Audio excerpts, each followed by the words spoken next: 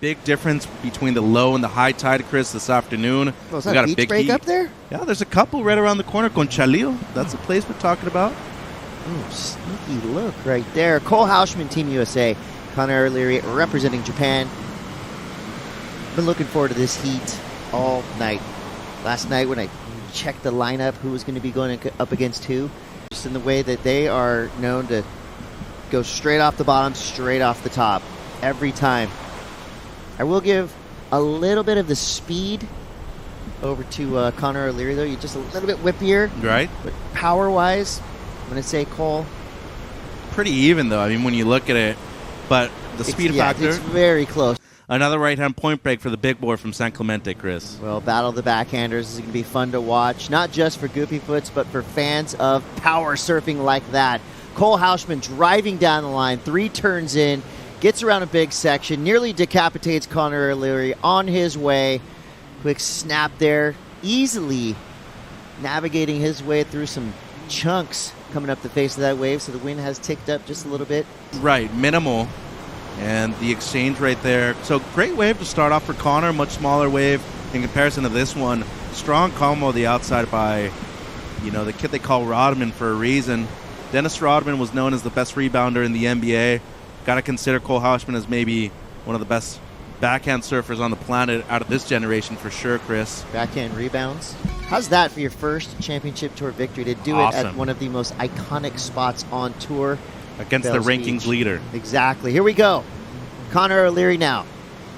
Connor so sharp and precise. Adds just an element of flair to every turn he does on his backhand. Quick snap right there.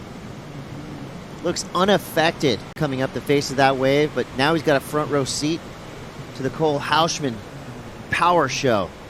2 big turns out the back, but you just see on the first wave of this set that Connor got, there was just a little more cup on the face, a little more, better bowl to work with.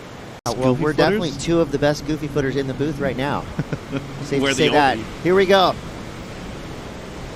There's going to be some blasters from Cole Houshmand. 2 big hooks out the back, building up some speed. This little foam ride there, big foam snap.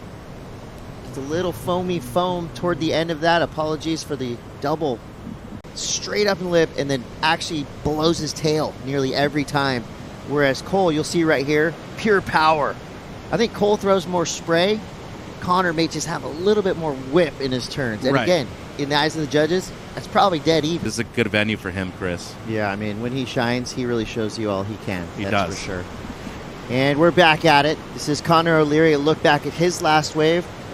This one comes through around about a 4. So for the previous effort for Cole Houshmand, a 5.6. I was going to DM him the same thing and say, this could be your event to win. I'm not going to, because he said shush. He just wants to go out there and surf. And, it looks to me like luck is on his side. It's Cole Houshmand paddling in, and here we go. Watch out for flying hammers. First one. Kind of a transitional maneuver down the line. It's a big open face snap right there. A good turn. It is, and this was a great wave by Cole. Big answer back, the first of the set. Strong opening snap right there, and look at the size of the wave too, Chris. Love that carve in the pocket right there. Did get a little hung up coming out of it, though, and then recovers super well for the last turn right there. So 3 turns, but you can already see the whip from Connor O'Leary. Just a little more emphatic on his backhand. It's under the hook right there. Yeah. And I think those 2 waves are going to be pretty even as well. I mean, we're seeing a really evenly matched heat right here. Connor O'Leary is currently in the lead. Cole Houshmand does need a 7.17, but looking to improve on the 5.33. So took a bit of a different angle right there on the first one. A bit awkward coming out of it. Wraps it back. And then this turn right here under the lip snap on a big size set wave. Doesn't look like there's much behind it either. And here we go. Is this Cole Houshmand's 7.93? Goes to the air. And he's out. Big buildup. No reward. But at the end of this powerhouse Goofy Foot duel, Connor O'Leary gets the win. Going to make his way out of the elimination bracket, back into the main round. Cole Houshmand with a 6.57 and a 6. Solid start there for him. And don't go anywhere. Surf City El Salvador Pro presented by Corona. Yeah, Connor O'Leary, happy to be back on the glass here in El Salvador. Your highest heat total of the entire year in that heat here in El Salvador. What do you make of that statistic?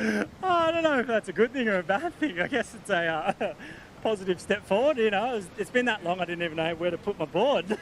But no, I'm really happy. You know, I've been in a rut, and I guess you go through that in times, and it's been a few years since I've kind of been in that weird rut. So I guess like any normal person, you know, as professional athletes, we're normal people at the end of the day, and we still go through the same feelings as, you know, everyone else when they're going through tough times. And you know, I definitely went through some little battles, and I think just reframing it to wanting to perform, you know, win or loss, to show people that, you know, have a good heat and surf good is the main thing for me, you know, leading into the next few events. And you know, I still want to win heats and compete, but yeah, if I'm focusing more on the performance side of my own surfing and you know, win or loss, if I'm surfing good, then I'm stoked. So yeah, I mean, I got a few fun waves out there, and don't know what was out there to save me on the last, you know, 10 minutes when it just completely stopped breaking and Cole was out there with priority, but